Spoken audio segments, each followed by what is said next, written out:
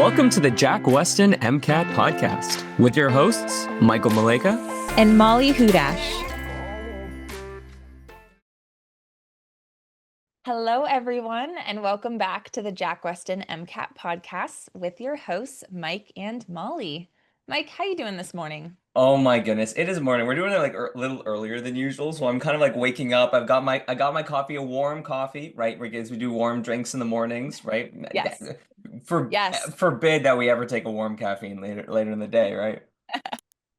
But You're no, listening I and am curious. We are caffeine dependent. we are very caffeine dependent. But no, excited because we took a little bit of a detour not super a detour, it was still related, the last session, right? Or last episode, where we were talking about like the nervous system. But like before that, we were talking about very much in like this homeostasis idea. This idea that there's these body systems that regulate, keep us, at this kind of same level throughout the day, despite these changes that might happen. We want to get back to that homeostasis point. But, coming back to, we want to kind of like zoom back in, right? Which one of those really foundational concepts on the MCAT that I think is like exceptionally high yield. Like not just high yield because you'll get questions about it, but I think this concept today is foundational for so much else. Like you can't understand amino acids without this. You can't understand enzymes and changes to enzymes without this. You can't understand, even stability in organic chemistry without this concept. And so I'm excited to talk about it because it's so foundational and so important. Yes. And even like, we talked about just now how we can't understand like smaller term concepts, but even bigger things like respiration, right? You can't understand these things without an understanding of acids and bases. That was not planned. I was just like, I knew what you were going to say, so I was going to sink it in. But yeah, acids and bases. My mind. Yes. Yeah. So we've talked so much about equilibrium and homeostasis over the past couple weeks. And today we're getting into kind of one of the ultimate applications of equilibrium because like you mentioned, it's underlying pretty much every other topic. So in a way, we've talked about this material several times already, but we haven't officially talked about acids and bases. So that's what we're going to do today. There are lots of applications for this material, and you have heard some already, and you will hear others in the rest of the episodes in our sort of content-based segments.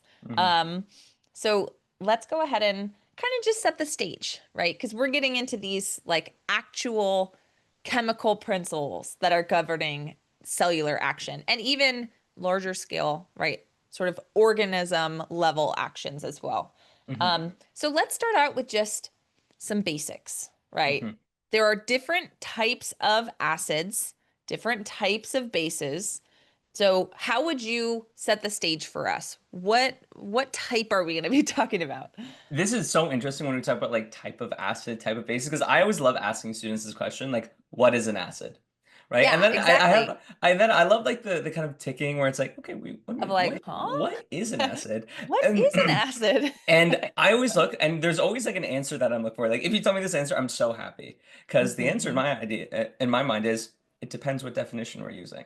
Right? Yeah. There's multiple definitions of acids or acids and bases that we use. And again, it's not like there's one that's more right than the other, but rather it's all just kind of looking at a different aspect or acid bases or like what is encompassed within these aspects. And so they've developed over time where kind of there's some that are very specific and some that are kind of much more general. So I like kind of starting at the very specific, right? The kind of the earliest definition of acids and bases, which is what we call the Arrhenius definition, right? The Arrhenius is kind of, in my mind, kind of the most foundational one. So Molly, what is the Arrhenius definition? Yeah, so the Arrhenius idea basically is that you're transferring protons, right? So an acid is something that is going to give up a proton, right? And that's going to be different from some of our other definitions as well, right? Brønsted-Lowry is probably the one that people think of most frequently. But then we also have Lewis acids, which don't necessarily have anything to do with protons, right? So how can we tell them apart? So while it's all about like, yes, the protons, but I think it's also important like acids and the base, right? When these definitions, understanding both of them, because yeah, Arrhenius, kind of the most foundational one, is about giving up protons to water, while an Arrhenius base is something that gives hydroxide to water, right? It's this idea that bases give hydroxide, acids give protons to water. So an example of a Arrhenius base would be sodium hydroxide or barium dihydroxide, something along those lines that give up a hydroxide to water. Well, again, something that's an Arrhenius acid would be like HCl, HBr, those other acids because they give up a proton to water. But that definition is kind of like very core, but it doesn't encompass a lot of things because there are other bases that don't, give a hydroxide to water. Let's take a bicarbonate, for example, a base that our body uses, our pancreas uses. We haven't really talked about that too much, but our pancreas uses, bicarbonate, to make our intestines less acidic. But does that give hydroxide to water? It doesn't. It doesn't. Right. HCO3 minus, it doesn't have hydroxide to give up. It doesn't have hydroxide. So yet we know it acts as a base. It doesn't fill this definition of an Arrhenius base. So we need to go a little bit further. So an Arrhenius is kind of the most foundational one. We need to go a little bit further. And that's where you mentioned the Brønsted-Lowry definition of acids and bases, right? And when it comes to Arrhenius, I'm thinking protons, hydroxide. When we think Brønsted-Lowry, it's only protons. It's solely protons. All we care about is protons. But now we care about, does this molecule, if it's an acid, does it give a proton? Does it donate a proton? Or if it's a base, does it pick up a proton? Right? And so this is it's all about protons. If I'm giving up protons, I'm a Brønsted-Lowry acid. If I'm picking up a proton, I'm a Brønsted-Lowry base. Notice we're not talking about hydroxide anymore. Doesn't really matter anymore. Yeah. And what's really cool about these definitions is how, like, if you looked at like a consent, like the image of these, like the Arrhenius, anything that's like an Arrhenius acid or base is also going to be a Brønsted-Lowry acid or base, but it's not the other way around. Something can be a Brønsted-Lowry acid or base and not be an Arrhenius acid or base. We just use the example of bicarbonate. Bicarbonate can pick up a proton, therefore that makes it what kind of an acid? Or what kind of a base, sorry? That would be a Brønsted-Lowry base. Exactly. But not an Arrhenius base. Exactly, because it doesn't donate hydroxide. So I love these definitions because it's not like either one is wrong, but rather it encompasses a different like sphere, like a different basket of acids and bases. So we start with the Arrhenius. That's kind of the most kind of like the earliest, kind of the most narrow. We go Brønsted-Lowry. Not like foundational, like that's the biggest, most basic, basic. Yeah, like I guess not everyone fits into that. That's really the most narrow. Narrow. We like thought specific. of this as like a pyramid. That's the tip of the pyramid. Right. Not many things fit into that. Right. Brønsted-Lowry would be one layer down. Exactly. And then go. Sorry, you want to take the last one? You're like, I love the next one. We talk about Lewis acids and bases, right? Filling out the base of the pyramid would be our Lewis acids and bases. And for me, sometimes I'll explain it in the opposite order. Start with Lewis and get more narrow. You could go either way, but it's really important to recognize that every acid and base that fits into one of these categories also fits into the ones beneath it, right? So if you are an Arrhenius acid, you are also a Brønsted-Lowry base or acid and a Lewis acid, right? So these aren't like you're one or the other. If you're a Lewis acid, you don't have to be the other definitions because that's the base of our pyramid. But if you're Brønsted-Lowry, you're also Lewis. If you're Arrhenius, you're Brønsted-Lowry and Lewis, right? They build off each other. So Lewis, in many ways, is the ultimate foundational definition. And this one, I think, helps the most when students are trying to understand how acids and bases work, right? Because we talk about proton donation, we talk about hydroxides, but like why are they moving? How does a proton shuffle from one molecule to another? Lewis acids do not always involve proton transfer. However, it is describing what's happening in all acid-base situations, right? So the basic definition of a Lewis acid is something that will accept electron density to form a new bond, meaning it's not giving any of those two electrons to form that new covalent bond. It's not doing that, right?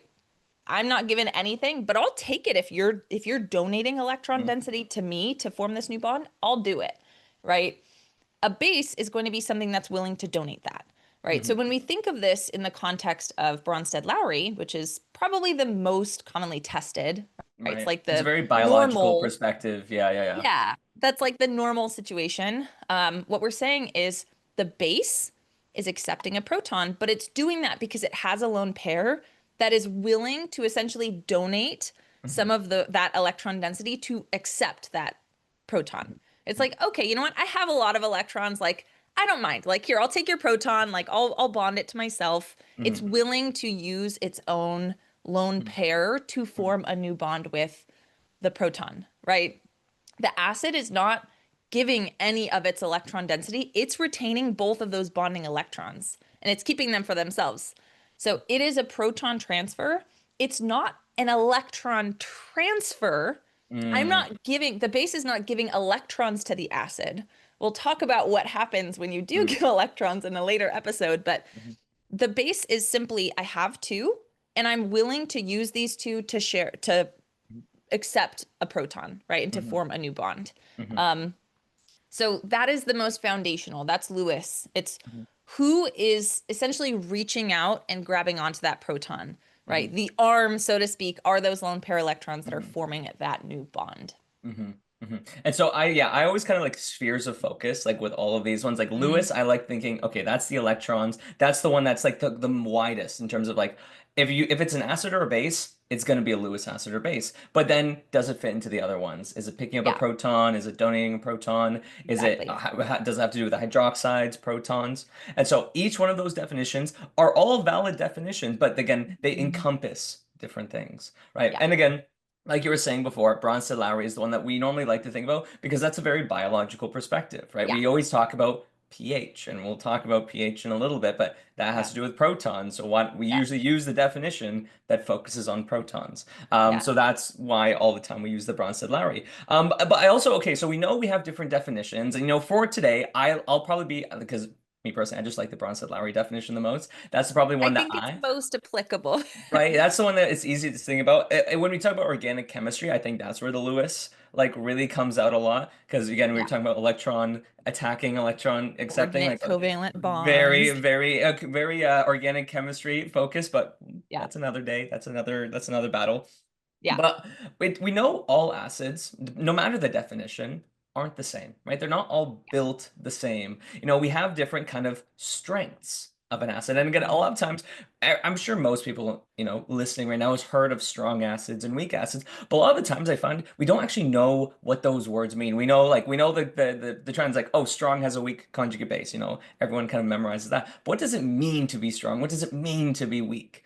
Right? I ask that all the time. How passionate you are. I ask all the time because everyone knows it, but it's like, okay, wait, let's challenge that for a second. Like, what does that actually mean? Understand. Yeah. Right. I feel like especially, in chemistry in general, it's very important to prioritize understanding, but I think especially with acids and bases, you have to understand what you're talking about, or else you're going to get lost in all of the applications. Because like we said, this applies to pretty much every body system and so much of cellular chemistry and even things like blood chemistry, right? Like it is so applicable.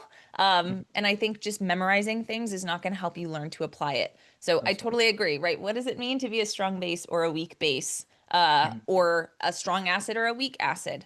Especially because those terms are relative, right? To be strong versus weak, like, well, what are we comparing to, right? Like, what is our reference? So for the MCAT, right, what we're going to say is a strong acid, we'll call it an acid, but this is true of a base as well, is that if you add it to water, it's going to completely dissociate into its component ions. Meaning for a Brønsted-Lowry, when we talk about an acid, it wants to give up a proton, it's going to dissociate into a proton and then its conjugate base. And we use that term, and I want to make sure it's super clear what that means, right? If you have an acid, we'll say it's HA because it has a proton, right? Brønsted-Lowry. The proton, and A, the acid, yeah. A is the acid, yes. So they're bound together at the beginning, right? That proton or that acid can break down into H plus, which is a proton, right? And an A minus, right? And that is a equilibrium expression. It could go forward or reverse. What I'm saying is if I have a strong acid, that HA is very strong. If I add it to something, it will immediately break down into a H plus and then A minus. A minus is going to be that conjugate base because theoretically it could accept that proton again and reform the HA. Technically, yeah. A strong acid is not going to do that though, because it really wants to dissociate. So HCl is a pretty good example, right? HCl, if you add it to water, is going to immediately break down into H plus and Cl minus. Cl minus would be the conjugate base of HCl, which is an acid. Absolutely. And I love that you brought up that, like, we talk about strong acids completely dissociating in water. Yeah. Has to be in water, because it's not just that strong acids will completely dissociate no matter what. General. Yeah, Right? Like, exactly. because like if I put like a HCl in like battery acid is like -1 pH, right? Like it is Yeah. not going to it's not going to dissociate really at all, at all. Yeah. And so like it's always in water that we define it by completely dissociating. But you also said something really important that I kind of want to double click on. I heard that saying and I actually love it, like the other day. Anyway, like this idea that that strong acids want to dissociate, but then let's like ask why. Why do they want to dissociate? Because I always kind of, again, I love asking that question, because people are like, yeah, they want to dissociate. Like, why do they do it? Because they're not conscious. They're like, oh, I'm HCl, therefore I should be the one totally dissociating. No, there's always a reason.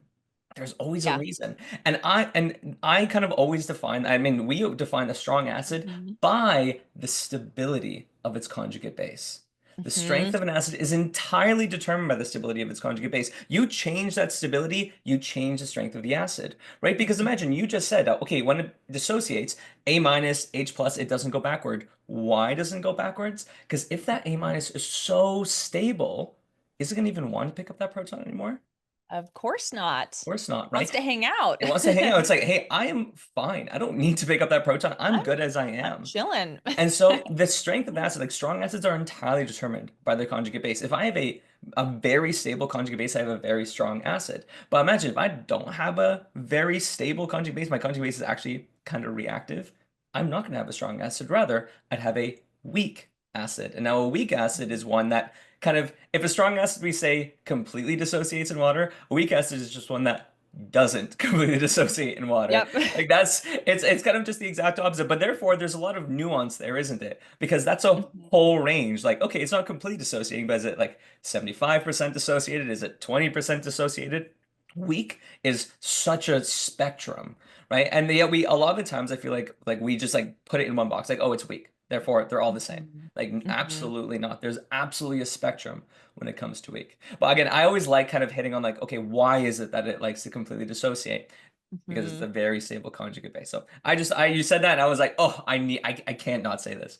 Yeah. No, I feel like it's important. And again, in that example with HCl, HCl is the acid, right? Cl minus is the conjugate base. So we're looking for basically in that complete dissociation. If we want it to be a strong acid, you want it to be much more stable on sort of the right side of that equilibrium, right? The conjugate base, the Cl minus, is very happy to take those electrons from the bonded pair between Cl and H plus. It's like, oh, wait, proton, you want to leave and give me your electrons? Sounds good. Bye. Like, no worries. Get out of here, right?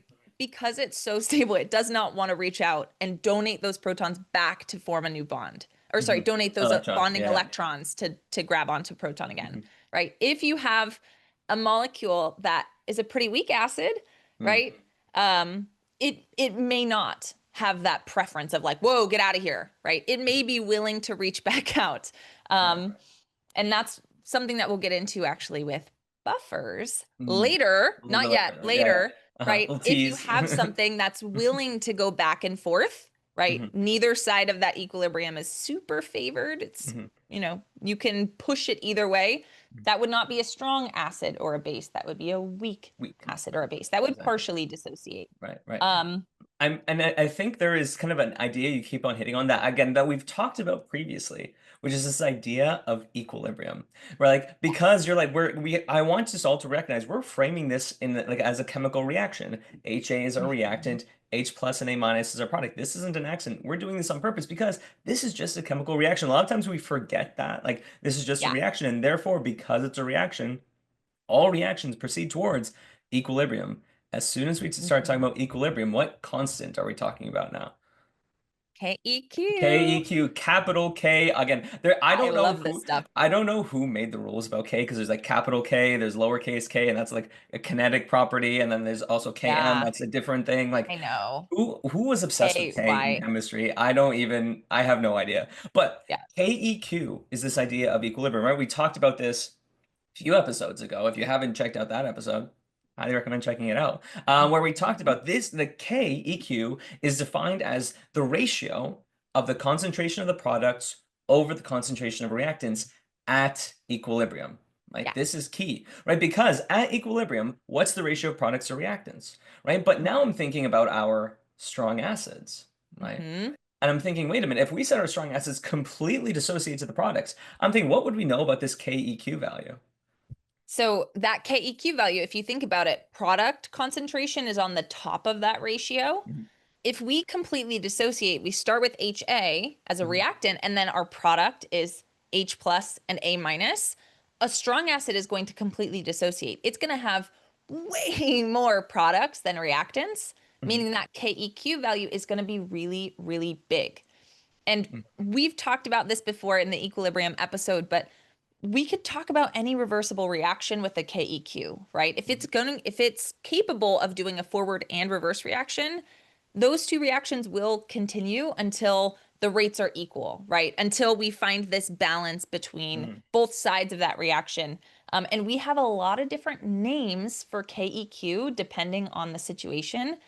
And I want to be clear, they're all KEQ. The They're all same rules KEQ. apply. If you have a big K, small subscript, every single time except one in the MCAT world, it will be a different type of KEQ. So we're going to talk about Ka and Kb, Kw.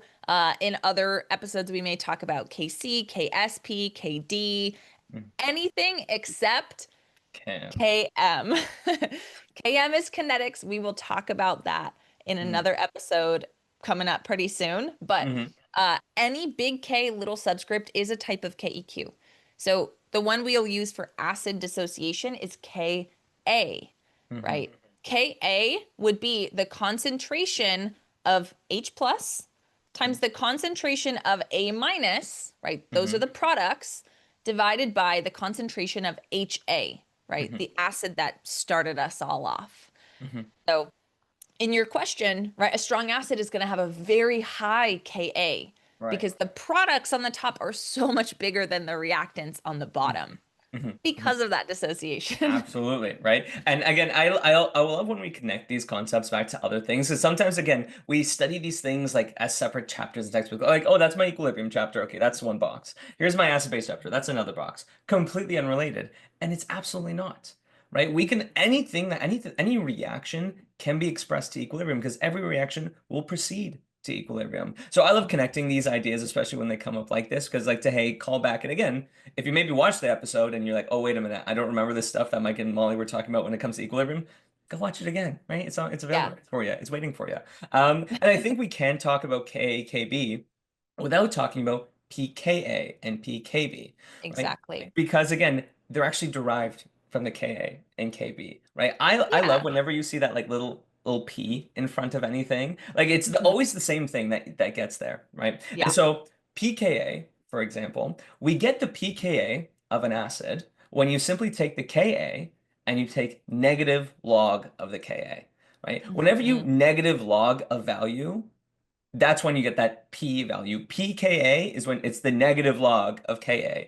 And so we kind of arbitrarily, I mean, math is a little bit arbitrary. We kind of arbitrarily made this value, but it tells us a lot of really important information, right? This pKa of an acid. So again, I'm thinking, okay, strong acid is a very high Ka. If I take the negative log of a very large number, right? There's this really cool math thing where if you take the negative log of a large number, it's actually tiny. Right? But if you don't believe me, put it into your calculator, do negative log of a really big number, you're going to get a very small number. Take the negative log of a very small number, you'll get a very big number. And so it's kind of this inverse relationship when you take the negative log, but this is important. Like when we consider, okay, strong acids will completely dissociate, have a very high Ka, but therefore their pKas are very low, tiny.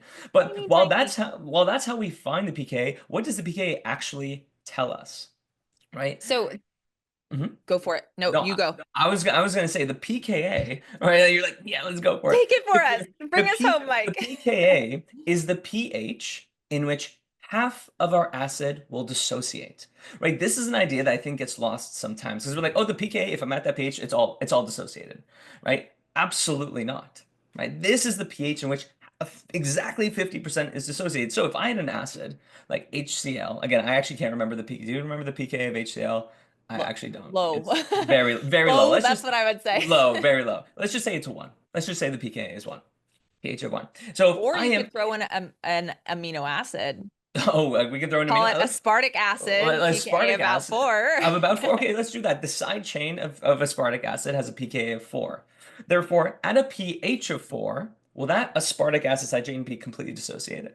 No. Absolutely not. Right? How much of it? How much? Exactly half. Exactly 50% will be dissociated. And this is where we can extract important information, especially when it comes to titrations. We're not going to talk about titrations because we were kind of considering it and we're like, oh, I don't know if we can, like, it's hard. Visuals. Oh my goodness, we need visuals on this podcast. But but understanding pK is very important when it comes to things like titrations, right? Understanding that it's at this pH, you've dissociated 50%. Because now, if you're at either sides of that pKa, right, you can either have more than 50% dissociation or less than 50% dissociation. And Molly, we were actually chatting about this before, and you have this really cool way of thinking about it, right?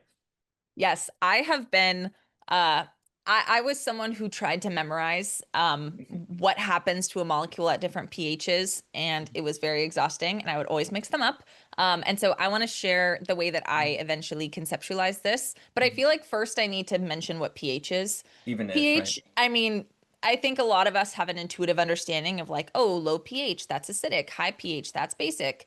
We've heard pH scales. We know, for example, that the interior of the stomach has a low pH. We know that, we're somewhat familiar. Lemon juice has a lower pH. Sure.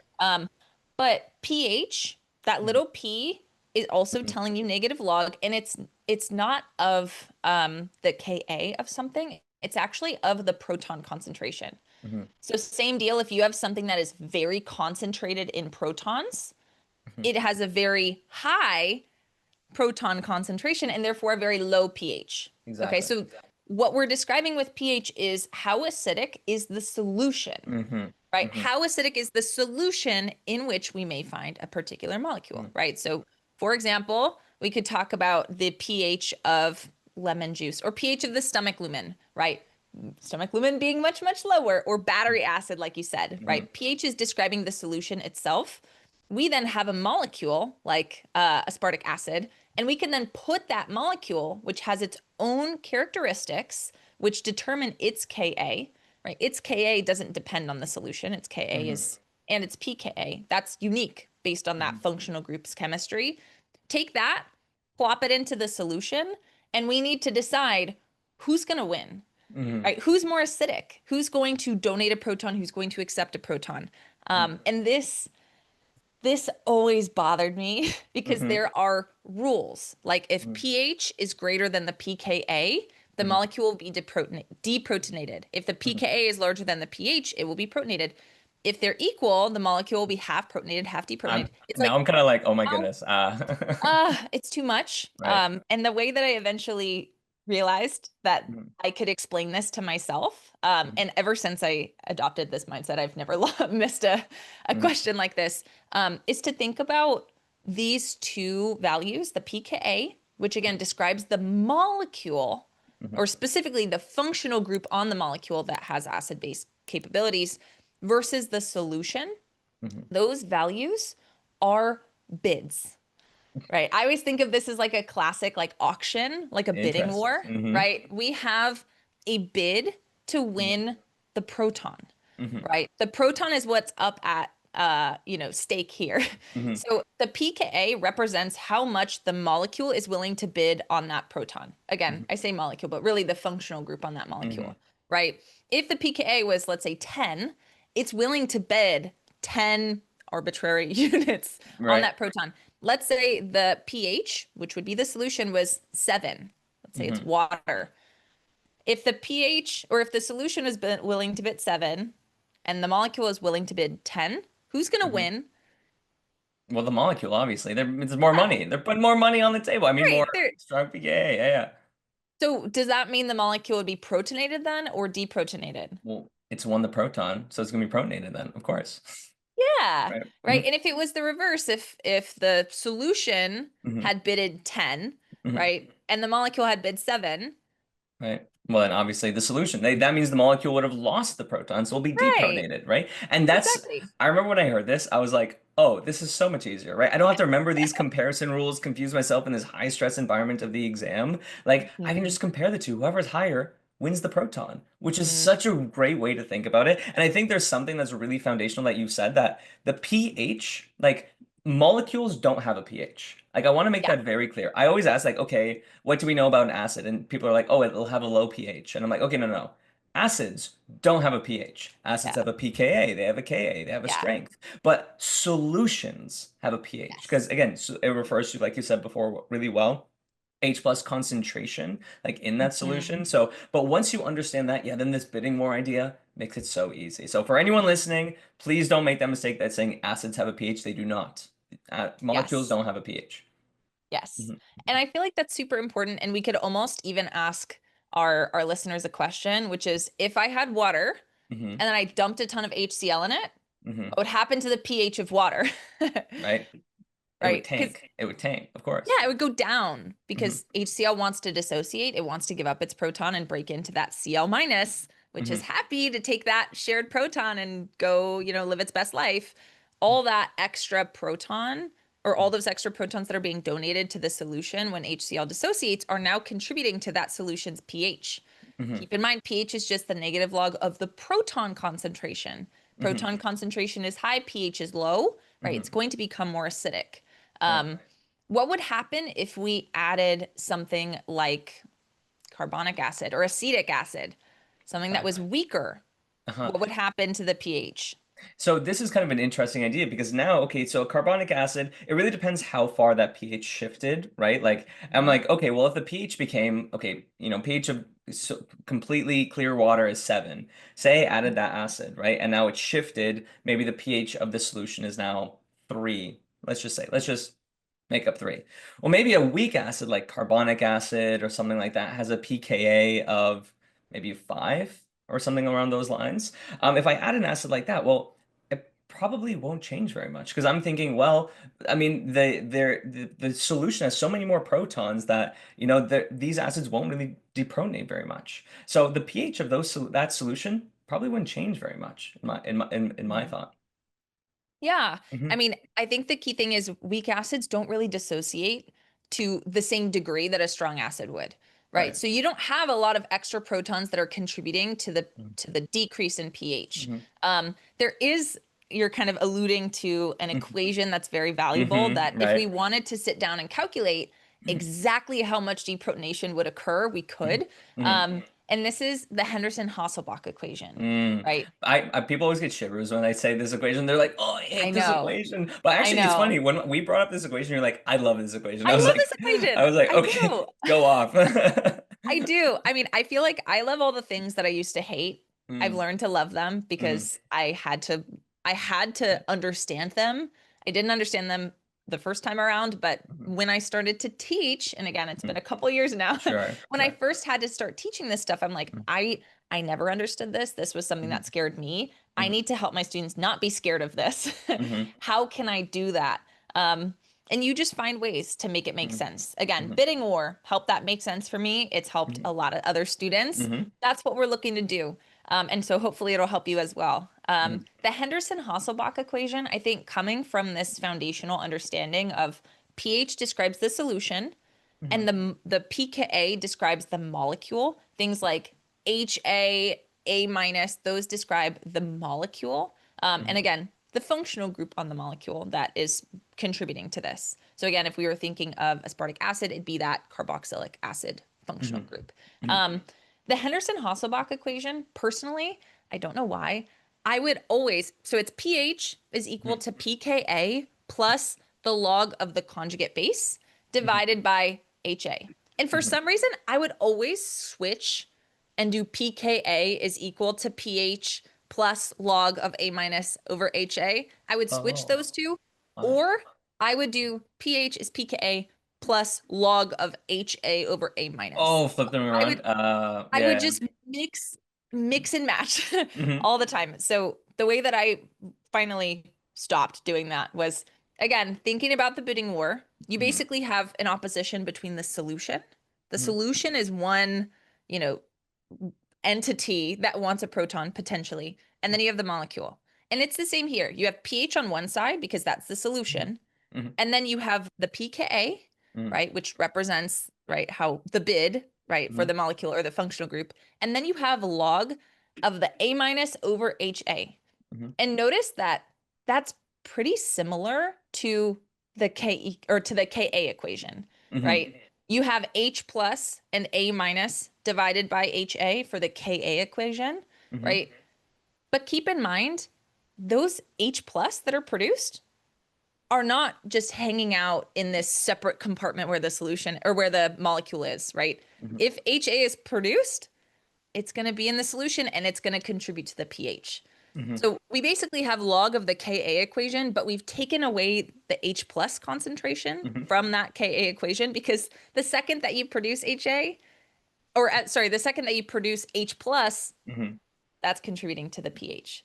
It's So the way that you just thought about this, I think is so interesting. The fact that you came up with this on your own, because I'm like, oh my goodness, like I'm a math nerd. So I yeah. remember one day because I was also confused about this equation. So I looked at how it was derived, like how they actually Uh-huh. derived it from the KEQ equation. That's actually really interesting that thing. And that thought process is actually exactly what happened. Like that pH is actually derived from the H plus and the KQ You're conjugate. telling me I'm a genius. That's exact. I heard this. And I was like, wow, this is just how it was derived. And I was like, you came up with this on your own. Oh my goodness, That's so Henderson, funny. Hasselbach, like go off. So no, this is amazing. But that's just such a great way to think about it. I love that. Well, Mhm. thank you. I'm glad that it was scientifically accurate or It was mathematically it accurate. was very mathematically accurate. Love it. Well, Mhm. I think when we talk about Henderson Hasselbalch, this is leading us very directly into one of the most important biological applications of acids and Mhm. bases. It's also relevant in, inorganic, non-biological context, but especially in the body. Mhm. And that is a buffer, Oh my goodness, right? we've talked about this so much already. I mean, I know. really hammered it on lungs, but it's got you. We can't not talk about it today. I know, right? And Mhm. we even alluded to it earlier in this episode, right? We Mhm. talked about how strong acids fully dissociate and weak Mhm. acids don't. And they're Mhm. kind of willing to go forward or backwards, right? The equilibrium is a lot more balanced, right? Mhm. Strong acids love to dissociate. It's going to be a very high Ka. Mhm. Buffers, pretty weak, right? They Mhm. could go forward, they could go backward. It just kind of depends on the Mhm. pH, which again Mhm. is why Henderson Hasselbalch is so important with Right, right, buffers, right. right? But the most important, well, I guess buffer as a concept, the Mhm. idea is if you have a weak acid and its conjugate base, for example, Which right? would also Which be again, weak. yeah, exactly. So you would basically you wouldn't see a huge change in pH when it's added. And if that pH is pretty close to its pKa, right? It's Mhm. half protonated, half deprotonated. Mhm. If you were to add a bunch of protons, Mhm. that equilibrium is like, oh, more protons? No Mhm. worries. I'll soak them up. Mhm. Right? No worries. I will form my HA. I'll soak up those protons. No need to change the pH, right? I got it. Mhm. Mhm. If Mhm. there were suddenly way fewer protons, right? Suddenly we're more basic, that same HA is now like, oh, we need more protons? No worries. I'll break apart. Mhm. H plus and A minus, right? Right. It's totally fine Mhm. going back and forth to balance out Mhm. whatever is going on with the acidity of the solution. Mhm. So it's basically, I mean, we talk about a buffer, it's buffering it, Right. right? It's actually buffering those It's kind of changes, right? insulating Mhm. almost, right? It's A- like, no, I'll help you stay at equilibrium. Here, right? And I think there's an important point that you brought up that I think a lot of times we overlook that when we ask like what is a buffer? Like a buffer is not one molecule. Like there is no such thing as a Mhm. buffer that is one molecule. You Yes, very true. need to have the acid with a relatively equal amount. I say relatively because it doesn't have to exactly be equal. A Yeah, relatively equal amount polar. of its conjugate base, right? Because it's like you said before, it's both of them working together, right? Oh, I'm Mhm. donating the protons. Oh, I'm picking up the protons in order to do the buffering. If you just have one acid, even if it's weak but none of its conjugate base, it can't really buffer that well. You Mhm. need both of them. And it's also why strong acids, strong bases can never be buffers because Yeah. they can't go both ways, right? So a buffer is like kind of like what it has to be, the acid and a relatively equal amount of its conjugate base. Because I Yes. think, yeah, what by knowing that, then this idea of like, oh, they work together to, give and take, I think really makes a lot of sense. Yeah. Yeah. Mhm. And this idea of a buffer, again, you can have buffers in inorganic like Gen Chem or OChem experiments. Totally fine. You could use it in a lab, right? It's just literally a buffer is just a weak acid and its conjugate base. That's it.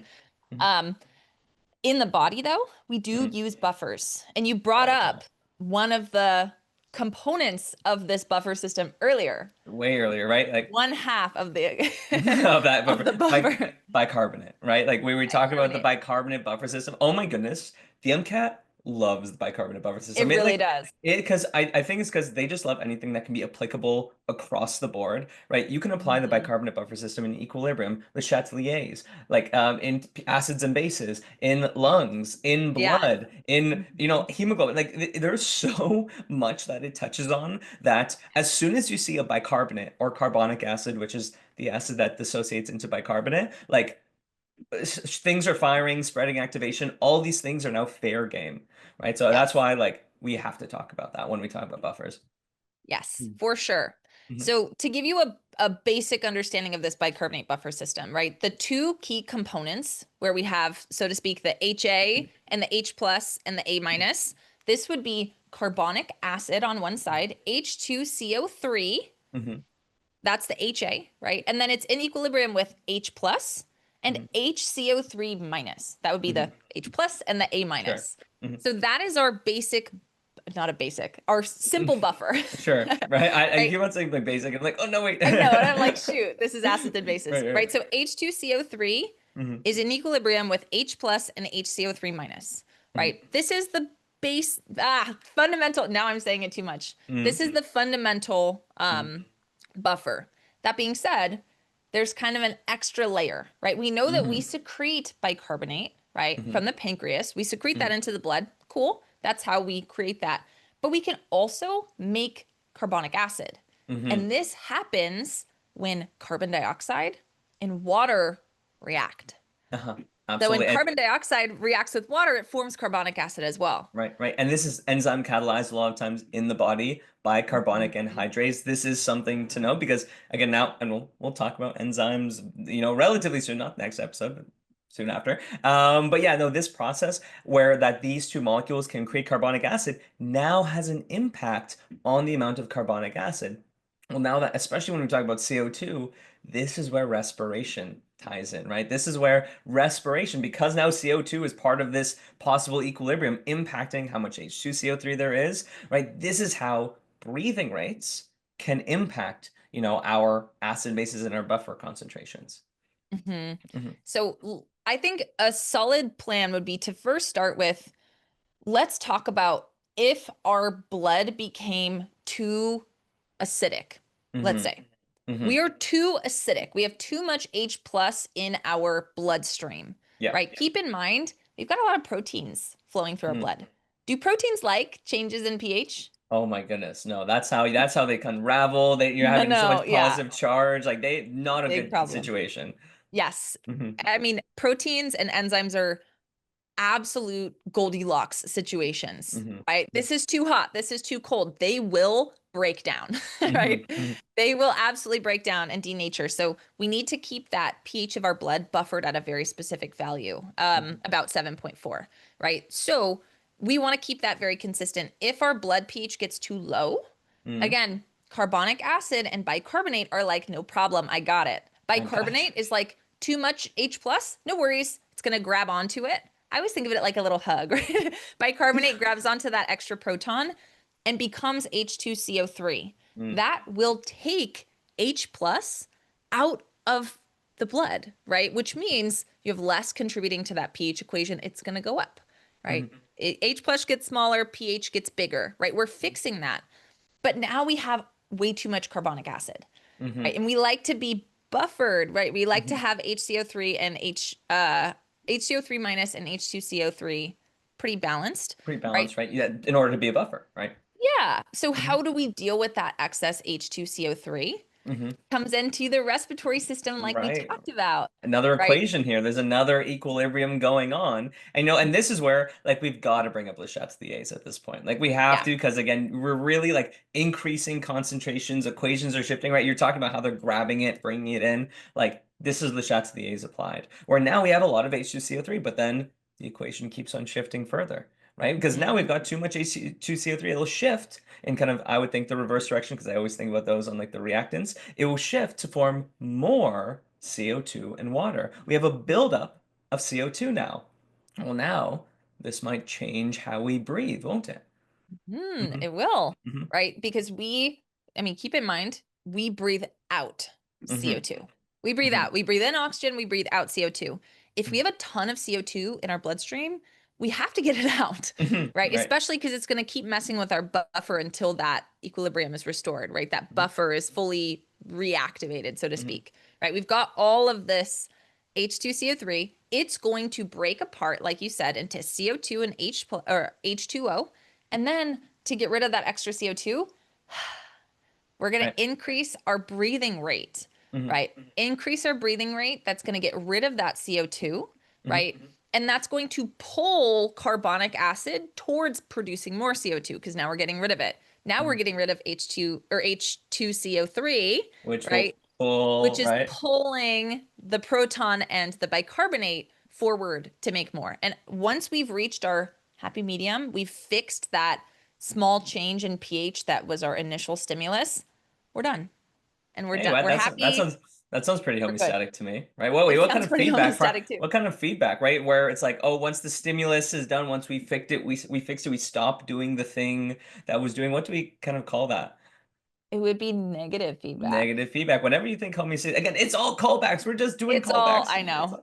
right? It's whenever you think homeostasis, there's probably a negative feedback going on, right? Where Mhm. yeah, now once you fix that pH, your breathing rate will relax, right? You had an increased respiration rate. Now it's gonna come down once that pH is regulated. And again, very cool idea though, because we've already kind of talked about lungs a little bit. That okay, we're bringing it back here and seeing how it kind of really intermingles well, Yeah. with acids and bases, especially in the body. Yeah. So very, I feel very like cool. Hmm. I feel like we should give another scenario that's different. We Mm, started with the stimulus was pH is hmm. too low, Hmm. right? What would happen if my blood pH was normal to begin with? Mm. Now I'm holding my breath. Ooh, okay. I like Now I'm this. holding my breath. Let's say I'm underwater and I'm not breathing, right? Sure. I'm not breathing in and out. Cool. What Okay. would happen then? Oh my goodness. So I'm thinking if I'm holding my breath, right? No CO2 is going out because we breathe Mhm. CO2 out. I'm holding my breath. CO2 is rising in my blood then. Yeah. CO2 is going to be rising, and then I'm thinking, oh wait, I'm thinking about my equilibrium. I have a ton of reactants now, so that's going to shift towards H2CO3. I'm going to have so much CO2 is going to shift to H2CO3, and then since I have so much H2CO3, it's going to continue going to it's going to Mhm. dissociate, form bicarbonate, form H plus. And so now I have so much more H plus in my blood, my pH is going to drop just because I'm Yes. holding my breath. And so this is, again, it goes both ways where we can kind Mhm. of respond to changes in pH with our breath, but also our pH can change based on our respiration rate. So again, I love this. I love what you just did because that's a very MCAT kind of question. That's a Yes. I was like, wait very a minute. this is a very MCAT question where they ask you, hey, respiration changed. What happened to pH? And a lot of students are gonna be like, oh my goodness, lungs and pH, what do they have to do with one another? No, Yes, exactly. absolutely they're linked, right? Yeah, Mhm. exactly. And I Mhm. feel like it's important to recognize that what we're talking about is short-term changes in pH, right? Mhm. If you have long-term issues with your pH, right? Your Mhm. pH of your blood is consistently high, you're going to try and respond with this Mhm. bicarbonate buffer system, but you also have the kidneys that can help Mhm. sort of on a longer term but slower to react system can help you regulate your pH, right? We can selectively secrete or reabsorb more Mhm. of bicarbonate and protons. Right, So right. kidneys can help us with this as Yeah, well. yeah. If bicarbonate buffer system is not able to soak up or produce enough protons to keep that Keep stable. that stable, right? And the situations where we see some of those long-term changes are like metabolic conditions, like something that we probably all heard of is like diabetic ketoacidosis, Yes, where as a result of diabetes, and again, we'll talk about metabolism. Oh my goodness, I'm looking forward to that conversation. But I like know. as a result of the lack of glucose uptake into those cells, reducing so many ketone bodies into the blood, right? And those Yeah. ketone bodies, very acidic. So we are Yes. putting so many protons into our pH over a long, again, diabetic ketoacidosis isn't a quick thing. This is something that's built up Mhm. over some time. So this is one of those things like you're talking about. It's not a short-term change, it's a long-term one. So that's where, the kidneys will become much more involved. The breathing rate will probably change like over a long period of time. Like it's sustained trying to maintain this, but it's not Yeah. they're having a pretty hard time. Where your body will try to adapt, but it's those metabolic conditions that'll have those like more long-term impacts. Yes, for Mhm, sure. mhm, Yeah, and you would, by the way, when that diabetic ketoacidosis gets really extreme, meaning yeah, blood pH is getting very dangerously low, mhm, you will see specific patterns of respiration. They're called Kussmaul respirations. mhm, It's a very specific type of respiration, and it's hard to describe, but mhm, you're trying to get rid of some of this carbon dioxide to push that equilibrium mhm, away mhm, from the H plus, right? Get mhm, rid of it, get rid of it, get rid of it.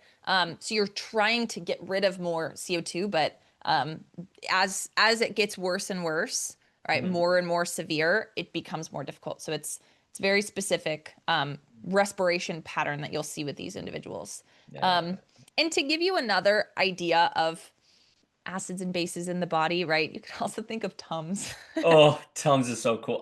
and I acids. I I love the taste of Tums. That's just me. I love the taste That's of so Tums. funny. You're popping them like candy just for It was fun. so bad. It was so bad. So Oh bad my for you. gosh. Please don't do that. I know. See, I would do that with the little like gummy vitamins as a Oh, kid. like the Flintstones, but oh Yes, yes, yes, yes, yeah, exactly. yeah. Yes, I would eat those like candy, but I never ate Tums like I candy. also love cough syrup. Like, I would actually look forward to getting sick because I love the taste of like that grape cough syrup. Okay, I love. you're weird. No, I say yeah, that with love, but that's weird. no, there was something about it. I don't know. Both my parents were pharmacists, so they were like, "All right, here you Mm. go, kiddo." I know they had like the top shelf stuff. I don't know what it was, but I can remember the taste. I was like, "Oh, come on, can I have more?" And they were like, "No, you can only have one spoonful. Like, don't don't take more cough syrup." They need to Uh, lock that cough syrup I know, up so I know. Like, baby yeah, Mike doesn't find it. I, That's funny. Baby Mike was doing his best. But yeah, no, but like, sorry, I took you off track, but Tums. Tums, Tums. Uh-huh. Yes. So Tums act as kind of a buffer, right? Mhm, Their job is to absorb stomach acid. mhm, So if you have, a little bit of discomfort, your mhm, stomach is too acidic, mhm, for whatever reason, mhm, this can help neutralize that and relieve some discomfort from that sensation of stomach pH is too low, mhm, and causing some problems mhm. potentially. Yeah, yeah. Right. Again, I love talking about acids and bases like in sort of our day to day because again, we sometimes overlook these things. And again, recognizing how they actually work to help us is really cool. And again, MCAT pertinent and as well medical pertinent because again, this is what you'll be doing on the day to day in the future. Yeah. And what one thing I noticed about like acids and bases, like this stuff is like compared to all of our other subjects, like if you acid base is one of those really foundational concepts that I don't actually think there's a lot of acid-base specific content about it, right? Like other You're, than like yeah. titrations, I don't know if there's anything else that would be worth covering. Yeah. Yeah. I mean, everything else is just so interwoven into Hmm. other topics. Like again, you Hmm. talked about a lot of metabolic disorders that will start to cause acidosis or alkalosis. Hmm. Acidosis meaning you're getting too low pH, too acidic. Alkalosis is the opposite. So like when we talk about metabolism, we're going to end up talking about these things, but yeah, I mean, I think we would be kind of remiss to talk about metabolic conditions without first having talked about metabolism. Hmm. Um, as far as applications to things that we've talked about thus far, Hmm. bicarbonate buffer system is really the big one, The big one, right? yeah. As far Yeah. as how it impacts the respiratory tract.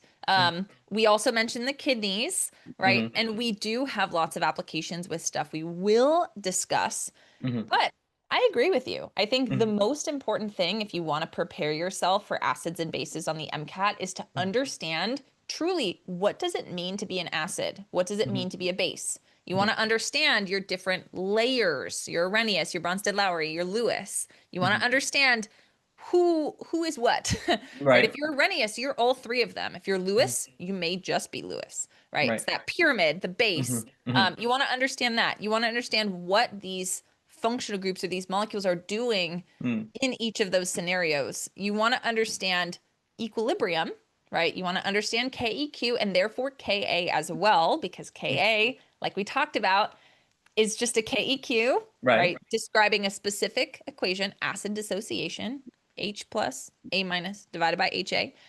You want to understand pKa and pH, and then how those two relate to each other, right? So Henderson-Hasselbalch and also that bidding war.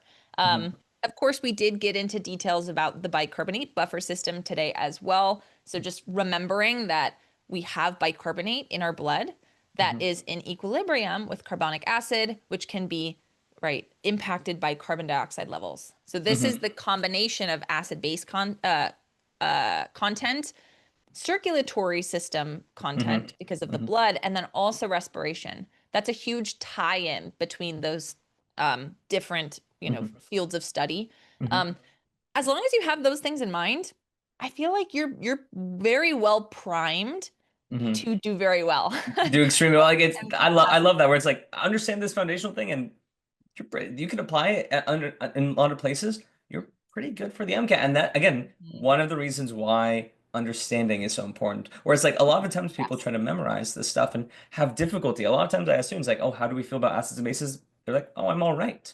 Where I want you to realize there's not that much with acid bases, but if you just kind of understand them, no matter the application you see, you can apply what you know, which I think is, again, really the sentiment of the MCAT, or intentionality that we're all about, here on the MCAT, JW MCAT podcast. The magic word. Oh, I have to say it once every episode, because again, just to remind, of course. Yeah. And what you also just did, great recap of the episode. I was like, oh, that's such a great summary of the episode, and leads us so well, I think, into the next episode. I think so, right? Because in this episode, we were talking all about essentially proton transfer, or at least, in the case of Lewis acids and bases, right? Donating electron density to form a new bond, right? One molecule or functional group is giving 2 electrons to form a new bond with something. We need to talk about what happens if this is not a, let me reach out, grab onto you and hold you close to me. Like what happens if I'm like, yo, I got an extra electron. Do you want it, Mike? And you're like, yes. I'll take it. Yeah, like what happens in that case? We're not forming a bond. We're not forming friendship bonds, none of that. God forbid. Just kidding. We're besties. I'm giving you an electron rather than sharing it with you.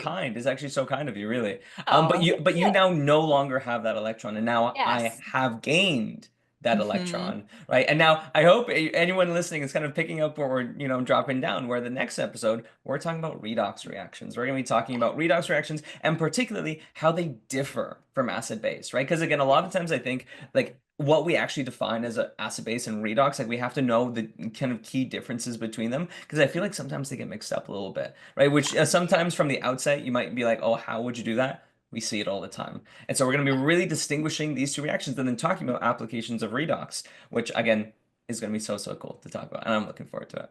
I know, me too. It's going to be fun. So stay tuned for redox in our next episode. We hope you've enjoyed our acid-base discussion. And I hope you're excited to apply this material. Definitely get practice with this. Lots and lots of practice. And if you're looking for practice, check out the JW question bank. And I don't know if we've actually mentioned this on the podcast or not. We actually came out with a textbook. And I don't know if we've actually... I don't think we have. I don't think we have. Hey, for anyone listening, right, we've just released a whole textbook set on our website completely for free. You can check it out. Like if you like on the website, if you like just go onto the textbook tab, I believe it should be like on the left side, there's like a textbook tab, and you can access all of our textbooks. We just released them like 2 weeks ago, and we've had such great reviews on them. People are really enjoying them, and I think it really kind of speaks to kind of our mission for accessibility, right? I've had so many people like message in saying, oh my goodness, why couldn't you release this sooner? Like I just paid for these super expensive textbooks, but our goal, $500 down the drain. Right? Like imagine you don't need to put $500-600 into MCAT prep anymore, right? We have textbooks, exams, question banks, like what more do you Podcasts. podcasts, Wink, right? wink, nudge, Right, nudge. podcasts, like of course, like what more do What? we need? Like again, this is just one more step that we're trying to kind of really make the MCAT more accessible to everybody. So Yeah. if you haven't had a chance, I just clicked to it and Yeah, I was like I had to mention it. If you haven't checked it out, highly recommend check it out on our website. Absolutely. Yeah, those books are amazing. And I love that we're able to give those out to students. Anyone who wants to do well on the MCAT should have the ability to, right? The price tag on MCAT prep should not be what determines whether or not you can become a doctor. Right. So we hope you enjoy those. Let us know. Come Right. see us in some of our free live sessions. Let us know what you think. Again, it's been lovely chatting.